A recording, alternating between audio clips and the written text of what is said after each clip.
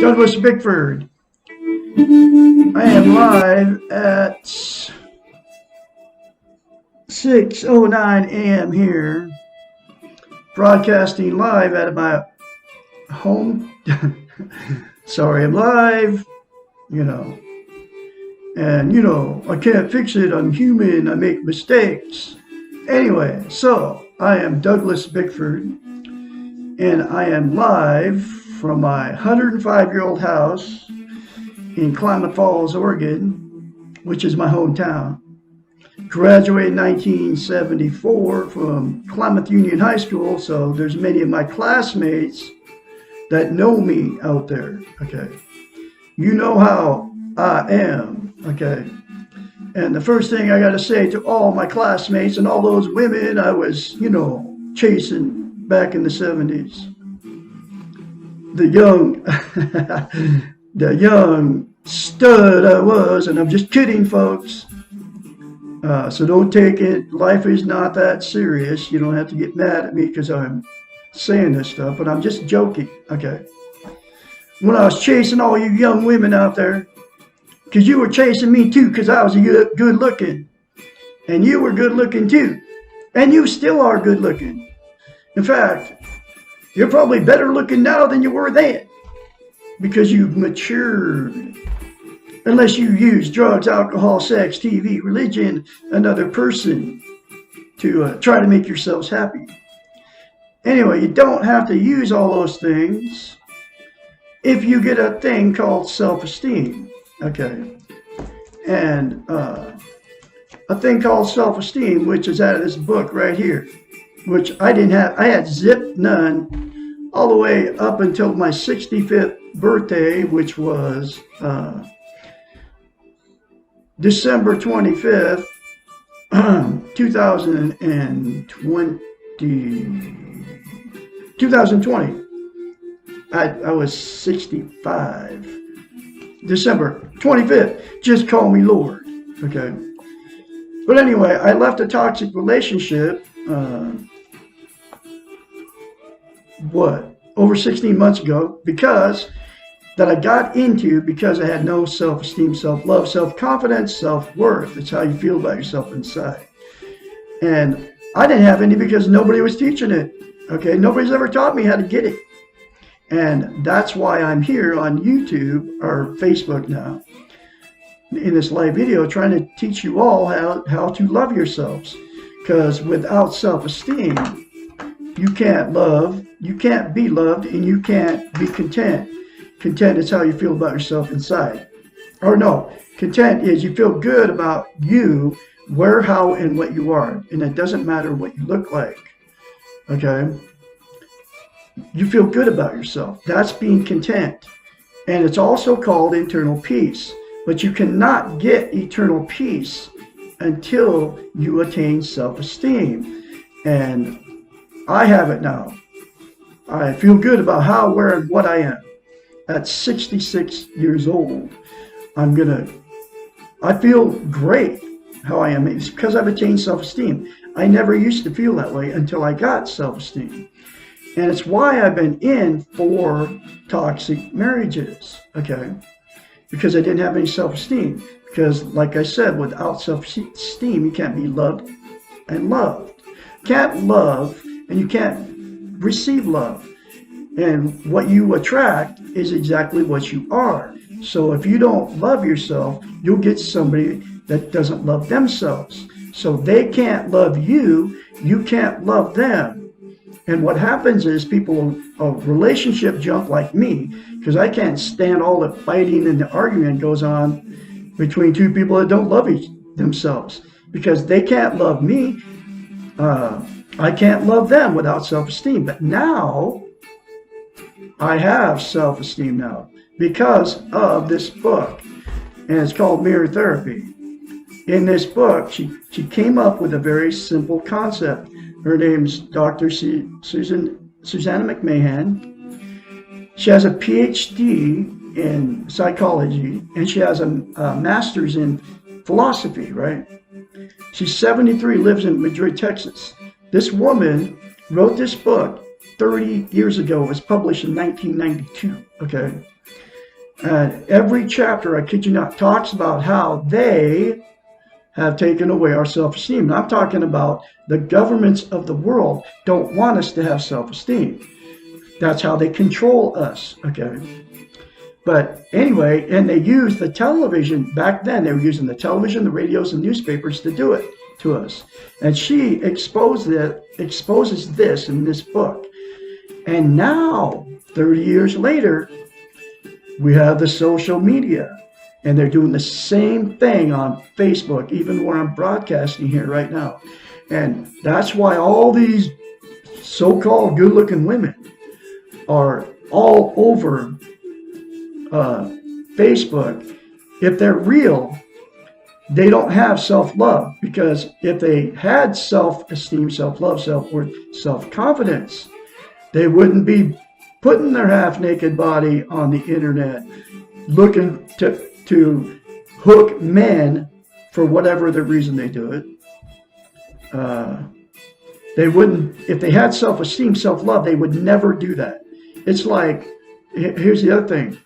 If you had self-esteem, instead of criticizing yourself in the mirror, okay, like we all do, I used to do the same thing.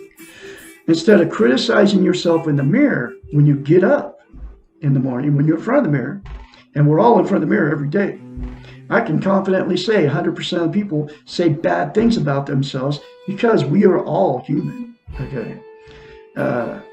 Unlike what the TV and the social media and all that's trying to show us, there is not a perfect person on the planet, folks.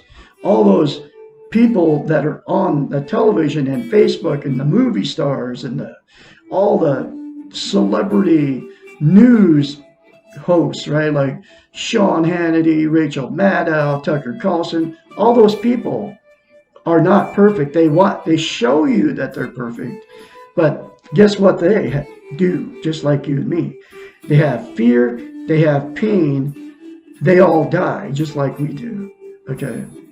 And so all of that is called illusion, okay? And all of that is in this book, okay? That's why you need to get the book and read this book.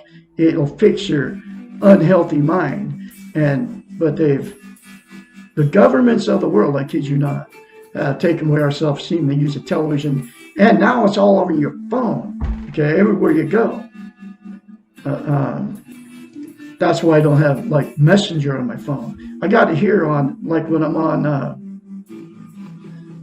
right now broadcasting live, I've got it on because it's on a desktop, and then I make another video on my laptop, which is, I'm looking at my laptop right here.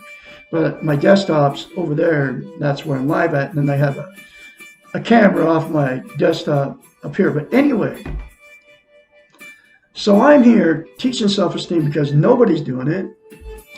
Nobody's telling you how to get it. I just told you how to get it. 3 things to yourself in the mirror.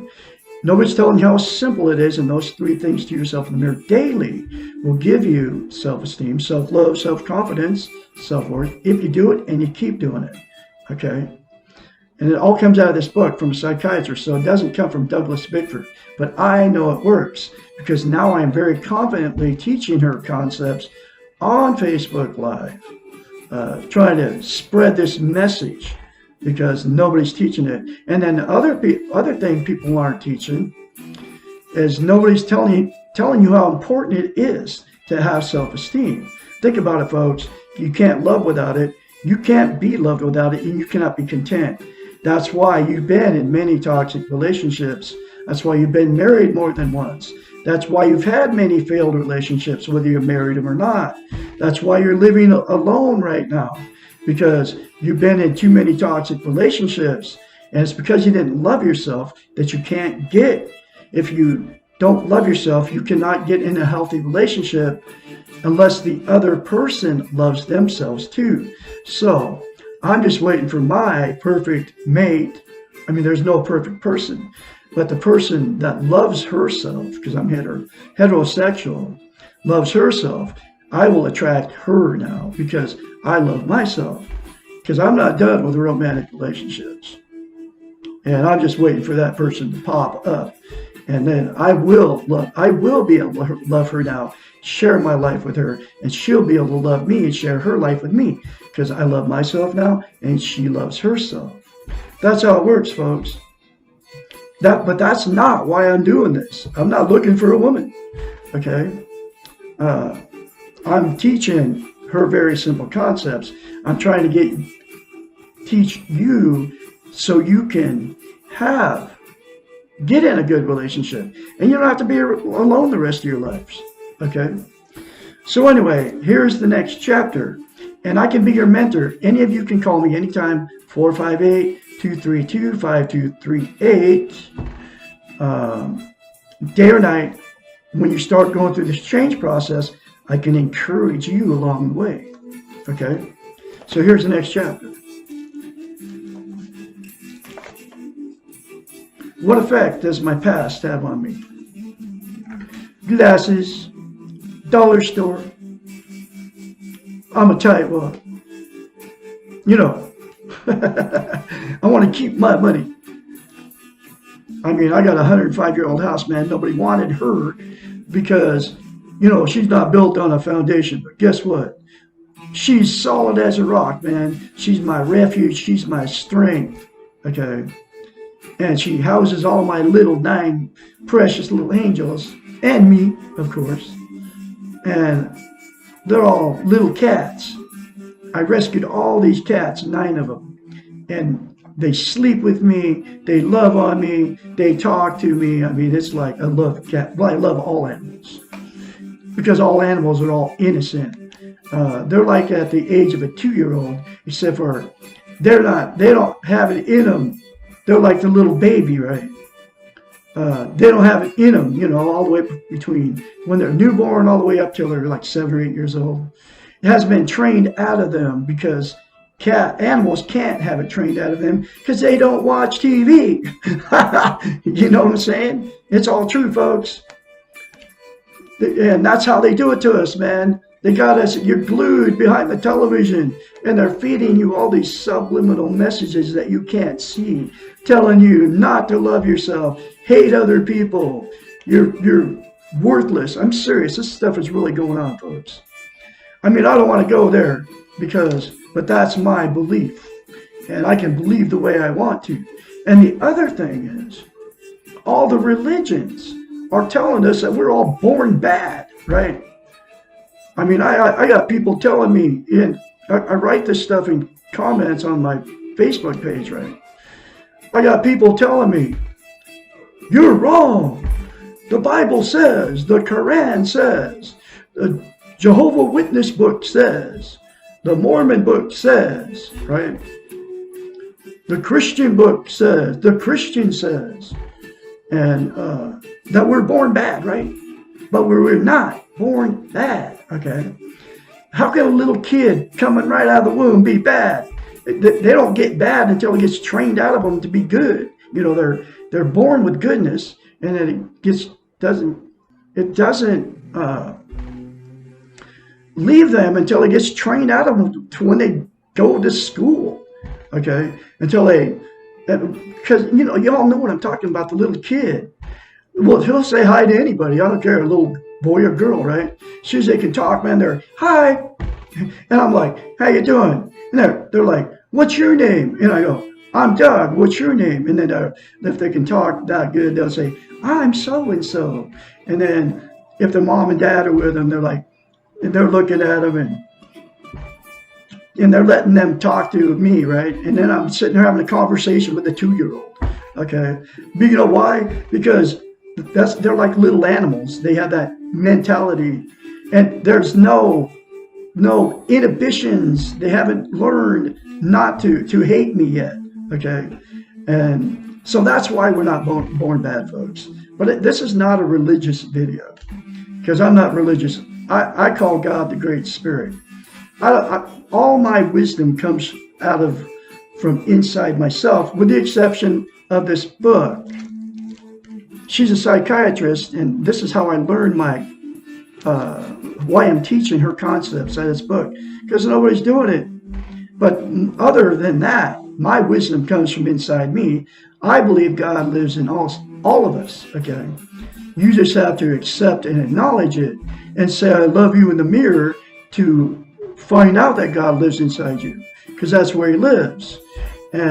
Or he, or whatever it is. I don't call it, you say he just because he, but I don't believe it's a he. I think it's just a spirit. That's why I call it the Great Spirit. And it's connecting all of us, okay? Right here, right now. Even in this video, me talking to you, if you're watching me live, okay? You are all full of goodness. Goodness surrounds us. Goodness is inside of us. You just have to accept that. Okay, now, but here's the next chapter after I've said 15 minutes worth of what I believe. And it's okay. You can believe what you want to believe too. But I make the choice to believe the way I believe. And we don't have to be enemies because we don't believe like each other.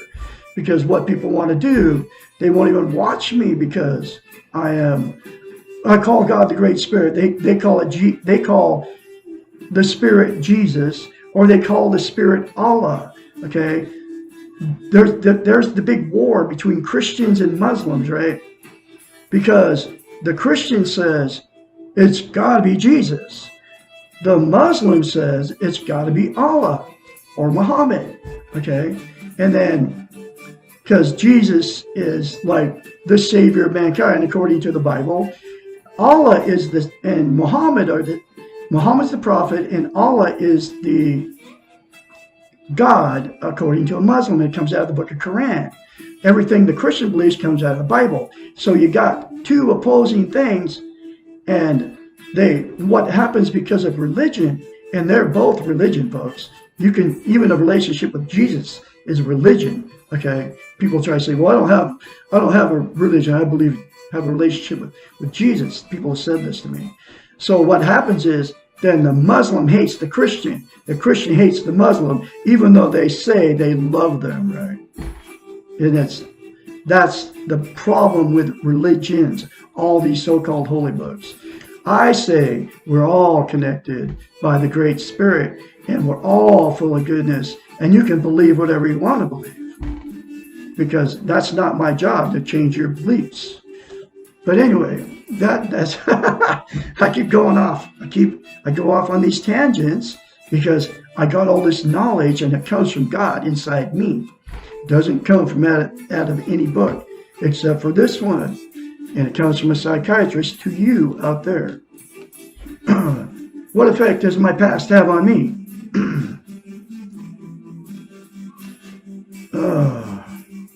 This can be a very controversial question. Schools of psychology differ dramatically in their treatment of the past and its influence on the individual. Perhaps the simplest answer would be as much as you want or need to have. This answer is recognized as a gross oversimplification in some cases, as the truly traumatic childhood may produce significant blocks to development. I put these on. In general, however, it is important to realize that no one had the perfect past, and all of us have experienced dysfunctional families or homes or educations or friendships. The major difficulty with the influence of the past on your present mode of living is that the past frequently is credited with responsibility for our present dysfunctional activities and behaviors, but all too rarely does the past receive the credit for our superb behaviors and our successes. We like to acknowledge the good stuff as ours right now and blame the bad stuff on the past or someone else. However, the past is very important to what we are at this moment because it brought us to this place in time. Everything we have done, everything that has happened to us, All of our collective experiences have resulted in exactly who and what we are.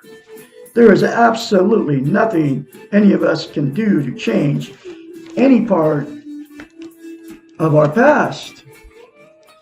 It is incredible, then, how much energy is wasted on the past. Energy that cannot be used productively.